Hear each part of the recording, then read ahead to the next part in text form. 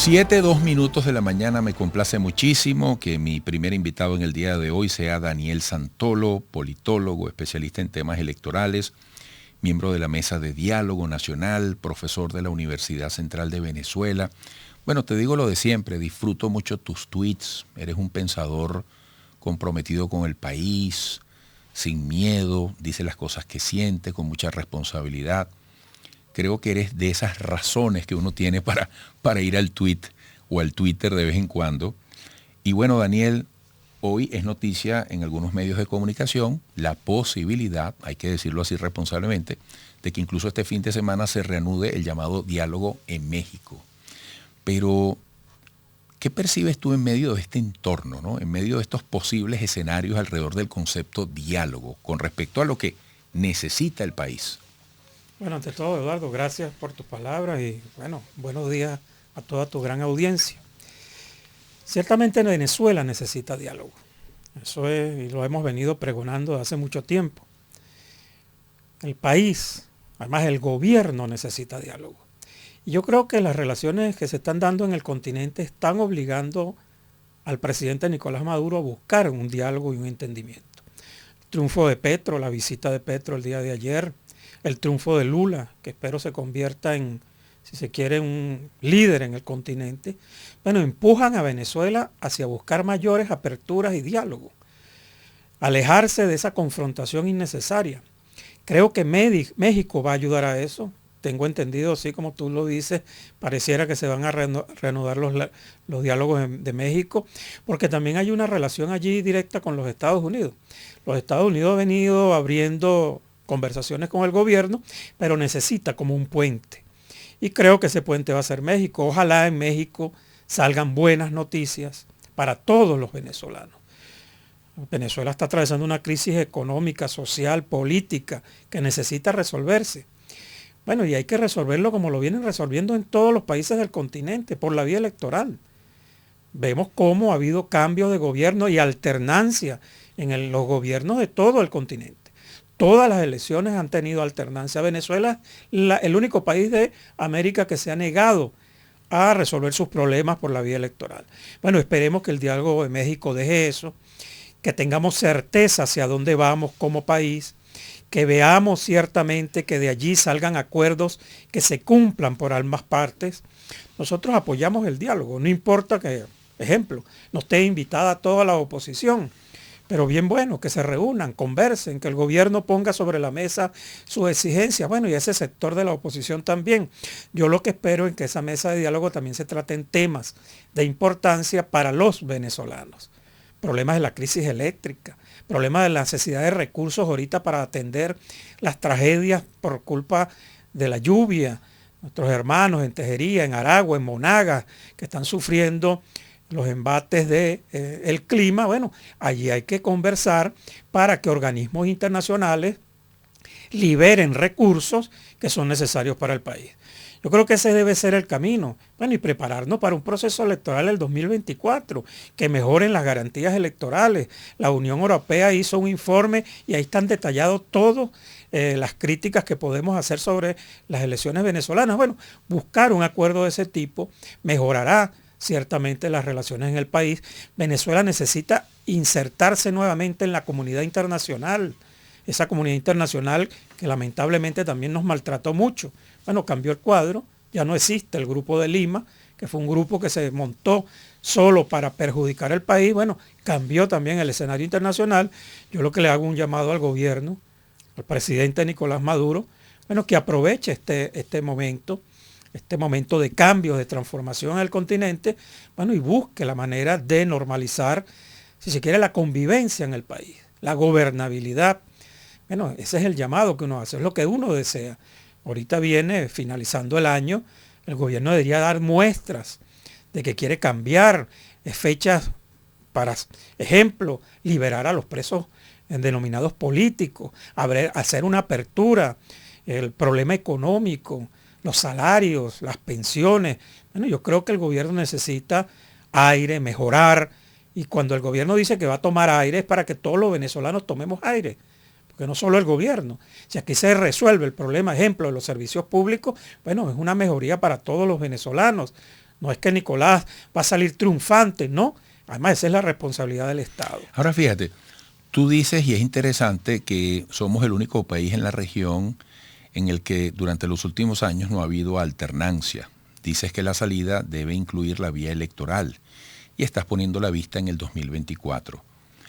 ¿De quiénes es la responsabilidad de que no haya habido alternancia en Venezuela? Y en el diálogo, ¿qué debe incluirse? Por ejemplo, en el diálogo, ¿qué podría negociarse? ¿Qué podría revelarse incluso para sorpresa ante los venezolanos que despeje los caminos hacia esa vía electoral? Bueno, yo creo que lamentablemente hay un sector opositor. Primero, el gobierno es responsable. El gobierno siempre ha querido mantenerse en una hegemonía en el gobierno. Bueno, está allí, se mantiene allí, pero también hay un sector que ha colaborado con eso, que la estrategia ha sido una estrategia fracasada. Los procesos abstencionistas, bueno, lo que han dejado es que el gobierno tomara todas las instancias de poder. Para mí eso es un fracaso estratégicamente hablando. El gobierno ni corto ni perezoso quiere seguir, y eso es una realidad. Pero bueno, los sectores de oposición tenemos que generar una estrategia, si se quiere, acorde con la nueva realidad del país para poder derrotar al gobierno en el 2024. ¿Qué se espera del diálogo para resolver el problema electoralmente? Bueno, que se pongan condiciones claras sobre el proceso electoral. El primero es fijar la fecha. Nosotros no podemos seguir con esta, si se quiere, desvarío de que nadie sabe cuándo son las elecciones presidenciales. La Constitución habla del 2024. Pero no hay fecha cierta.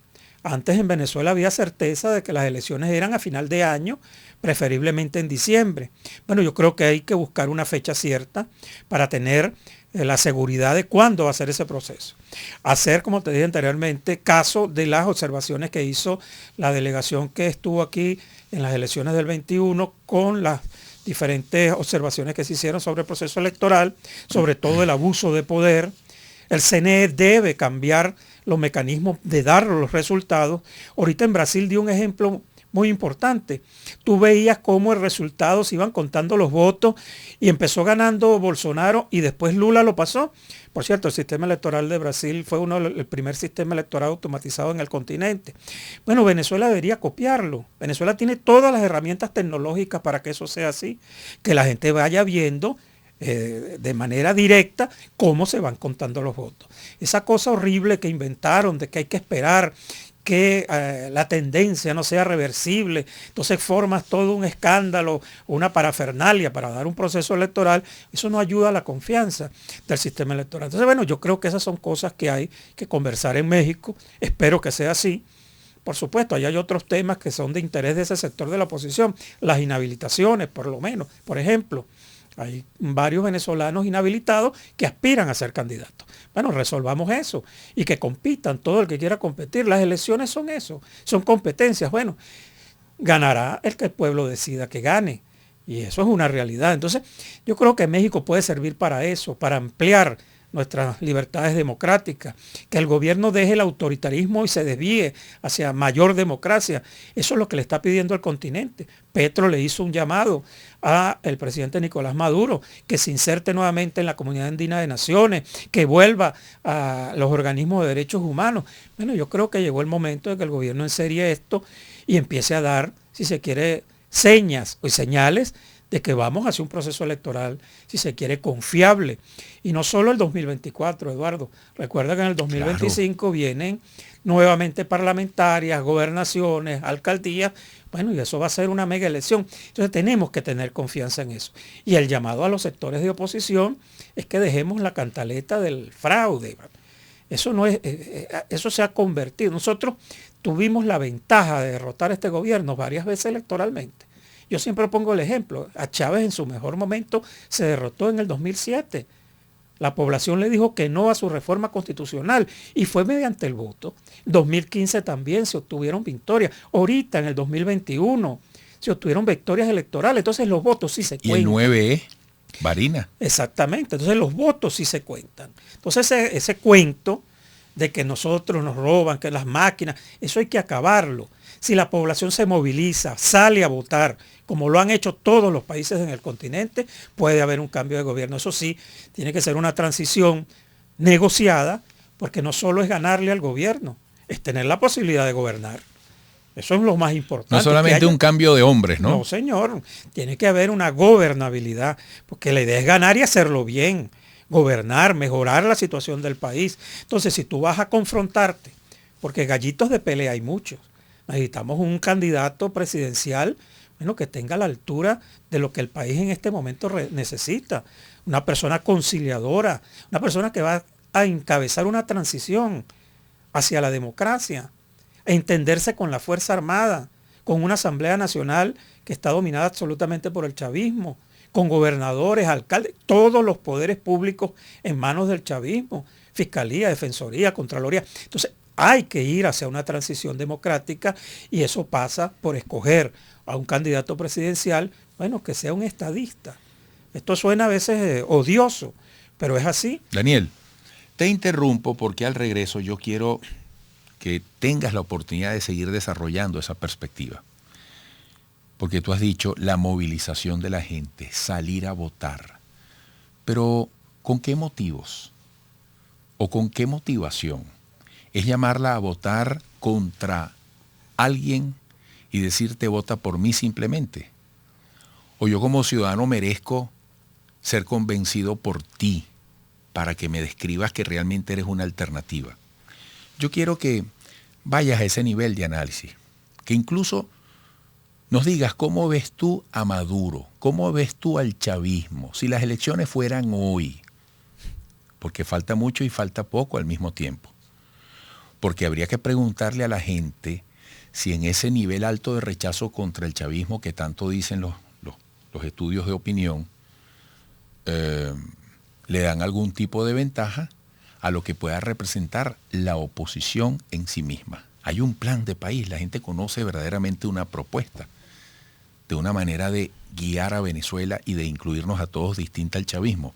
Al regreso con Daniel Santolo. 7:18 Daniel Santolo, politólogo, especialista en temas electorales, miembro de la Mesa de Diálogo Nacional, profesor de la UCB. Me llama la atención, Daniel, lo ordenado que eres respondiendo. Uno te lanza así como en un sombrero de mago varios papelitos y todos los desglosas. Bueno, yo en la parte anterior retomo. Te preguntaba si el país está consciente de un plan, de una propuesta, de un proyecto. ¿Y qué pasaría si, por ejemplo, mañana fueran las elecciones? ¿Y qué puede estar andando en la dirigencia, en las organizaciones políticas, para que el venezolano verdaderamente se vea motivado a votar a favor de y no como tantas veces en contra de? Bueno, el gobierno está claro en su estrategia. El gobierno maneja un 25-30% del electorado en el país, tiene un discurso, tiene una narrativa, tiene un liderazgo. Hugo Rafael Chávez Frías sigue siendo el líder del chavismo, de lo que eso representa, y siguen por allí. Ellos saben que unificando ese pequeño porcentaje pueden lograr el triunfo electoral. Y tú muy bien lo dices, del otro lado hay un sector de la población que se habla de casi un 50-55%, que no cree ni en A ni en B, que no está con el gobierno, pero tampoco está con un sector de la oposición, bueno, que no ha generado esperanza. Ese sector de la población está esperando un mensaje esperanzador, dejar de ser oposición para ser alternativa de gobierno. ¿Y eso qué significa? Ciertamente presentarle un plan de país, decirle cómo vamos a superar esta tragedia, cómo vamos a resolver los problemas, cómo vamos a avanzar, si se quiere, económica y socialmente, cuál es la lucha contra la pobreza. Tú escuchas a la gran cantidad de candidatos que hay ahorita y lamentablemente, salvadas excepciones, empiezan a hablar de esa problemática. Yo pongo de ejemplo los países europeos. En Europa se crean los gabinetes de sombra cuando tú eres oposición. Si el gobierno tiene un ministro de la salud, la oposición tiene que tener un vocero con el conocimiento necesario para ir, si se quiere, contrarrestando la política del gobierno, además haciendo propuestas. ¿Cuál es la propuesta del sistema de salud en Venezuela? Además, ¿qué vamos a hacer nosotros con la industria petrolera? Yo creo que esos son temas que hay que poner sobre la mesa para convencer a la gente. Como tú bien dices, bueno, yo tengo derecho a votar, pero tengo derecho a votar a algo que me convenza, que me motive, que me dibuje un futuro mejor. Y eso no está sucediendo. Y no está sucediendo desde el 2018 para acá. Las elecciones del 2018 presidenciales, bueno, dejaron mucho que desear. Se movilizó el chavismo y el sector de la oposición que se movilizó fue minoritario. ¿Por qué? Porque no se convenció a ese sector con una propuesta de país. O sea, yo creo que llegó el momento de dejar de ser oposición y pasar a ser una alternativa de gobierno. Y eso pasa por presentarle a un país un cuadro de hombres, mujeres, bueno, que le hagan propuestas serias al país, que los temas de importancia, la educación, la salud. Entonces, bueno, eso hay que hacerlo. Lamentablemente, y hay que reconocerlo, pareciera que los sectores de oposición, todos, porque aquí no podemos excusar a nadie, bueno, no entiende esto. O es votar contra qué. El problema de la confrontación, de la polarización que nos envuelve en cada proceso electoral. Eso le ha hecho mucho daño al país, vernos como enemigos. Venezuela es un solo país. Venezuela debería estar ahorita trabajando en todos los niveles, alcaldías, gobernaciones, Asamblea Nacional, los poderes públicos, bueno, en buscar cómo resolver la crisis, que es una crisis estructural, Eduardo. El problema en Venezuela no se resuelve tampoco con un proceso electoral. Aquí el problema de la pobreza, de la violencia, de la no al acatamiento de normas. Por cierto, tú tienes una campaña bien importante, respeto al semáforo. Con solo ese pequeño detalle, el venezolano es negado a cumplir normas y lo demuestra eso. Entonces tenemos que también, si nosotros queremos exigir democracia, orden, bueno, tenemos que empezar por comportarnos como demócratas. Porque no solo es ser demócrata, sino también parecerlo y serlo y actuarlo. La democracia no solo se predica, se practica. Entonces ahí vamos entonces a reclamarle a quién. Bueno, a los gremios, a los sindicatos, a nuestras universidades, que no hacen sus procesos internos democráticos. Además, no rinden cuenta, Eduardo. Aquí hablamos de corrupción. Aquí no hay una sola alcaldía, ni una sola institución del Estado que tenga en una página web cómo maneja sus recursos.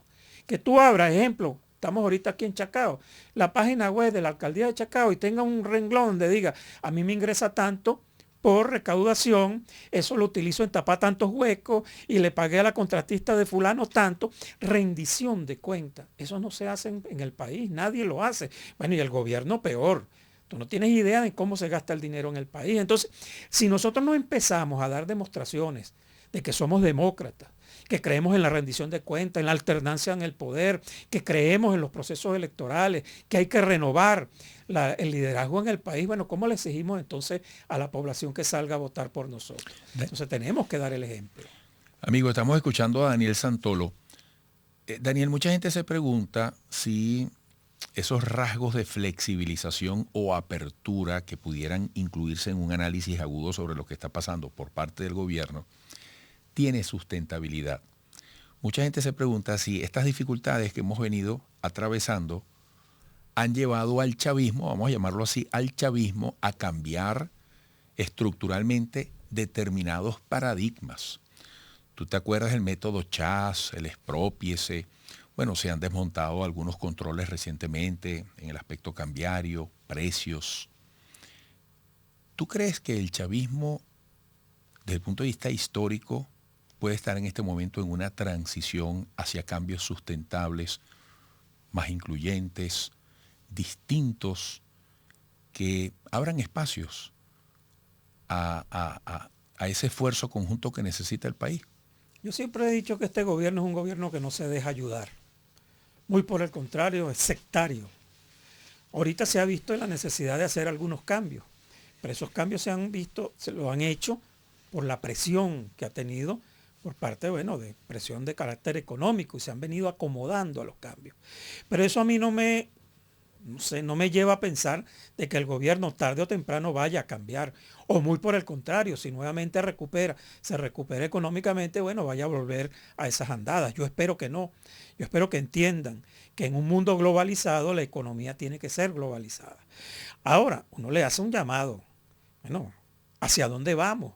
cuál es la política económica a implementar, porque tú ves ciertamente algunos cambios, pero no hay nada en concreto que tú digas, bueno, se están haciendo cosas, algunos dicen que están haciendo cosas hasta escondidas, devolviendo algunas empresas, algunos actos, pero bueno, no sabemos. Yo creo que el gobierno tiene que entender que llegó el momento de también buscar aliados en los empresarios, en los gremios. No es posible que un médico haga una denuncia y sea perseguido, porque es una realidad. Tú tienes que escuchar la crítica, la dirigencia sindical, el problema de los salarios, de la administración pública. Bueno, debes escuchar, no debes perseguir a la gente. Aquí el gobierno la crítica la toma y la lleva a la persecución. Entonces debe abrirse ciertamente a los sectores democráticos. Aquí se habla mucho de la violación de los derechos humanos. Y que violar los derechos humanos no es nada más encarcelar. Es que cuando tú vas a un hospital y no hay un médico que te atienda o no hay los insumos médicos para que te atiendan en un hospital público, eso es violatorio a los derechos humanos. Entonces, el gobierno tiene que entender que esas denuncias deben ser comprendidas, asumidas, con responsabilidad, bueno, y desviar los recursos que sean necesarios para ello. Entonces, el llamado es que nos entendamos todos, que es necesario que este país se entienda para superar esta tragedia. De lo contrario, y yo soy lo que lamentablemente alguna gente me dice, Daniel, es que tú eres pesimista. No, yo lo que soy es realista. Si esto no mejora, si el sector del gobierno no entiende que debe dejarse ayudar y un sector de la oposición no entiende que debe bajarse de la confrontación, del vete ya, del Maduro abandonó el cargo, bueno, vamos a seguir en esto por años. Llegará el 2024, iremos a un proceso electoral donde votará el 30, 40% de la población y ganará la minoría. Y el país seguirá entonces en este desvarío. Yo creo que llegó el momento de enseriar la política y por eso el llamado que uno le hace y uno mismo se incluye, uno es dirigente político. Bueno, vamos a sentarnos, va a ver hacia dónde vamos, cuál es la propuesta de país. Yo creo que llegó el momento de dejar los egos y buscar cómo hacer para resolver los problemas a la gente y presentarnos como alternativa de poder, de gobierno, decirle a la gente que sí es posible gobernar este país, que sí es posible mejorar, que sí es posible volver a aquello que teníamos antes, que era la posibilidad de superarse. Bueno, tú y yo, Eduardo, vivimos un país con todos los problemas que hubo, pero logramos superarnos, logramos escalar socialmente y eso debemos retomarlo. La migración en Venezuela es una cosa desastrosa, grave. Nuestros jóvenes se están yendo. Eso hay que buscar mecanismos para detenerlo. Primero se fueron talentos. Bueno, pero ahora se está yendo una gran cantidad de venezolanos. Bueno, y eso pasa también por la confrontación, dejar la confrontación. Bueno, y eso es un llamado a todos, no solo al gobierno, también a la oposición, para que nos entendamos. Ojalá los diálogos de México, retornando al principio, sirvan para ello. Sirvan para ponernos de acuerdo en políticas públicas que resuelvan los problemas de la gente. No puede ser que tú abras el grifo en la mañana para bañarte y no haya agua, o vayas a aprender, no haya internet, no haya electricidad, vas a la escuela y llueve más adentro que afuera, vas a un hospital y no consigues medicamentos, o no consigues ya médicos, Eduardo. Entonces, bueno, yo creo que el llamado es a enseriarnos como país y a entender que todos hacemos falta. Así es. Bueno, Daniel, como siempre agradecido, queda abierta la invitación para una próxima oportunidad. Hasta pronto. Gracias a ti, Eduardo, de verdad un placer estar acá contigo. Daniel Santolo, politólogo, especialista en temas electorales, miembro de la Mesa de Diálogo Nacional, profesor de la Universidad Central de Venezuela. Sigan allí, por favor.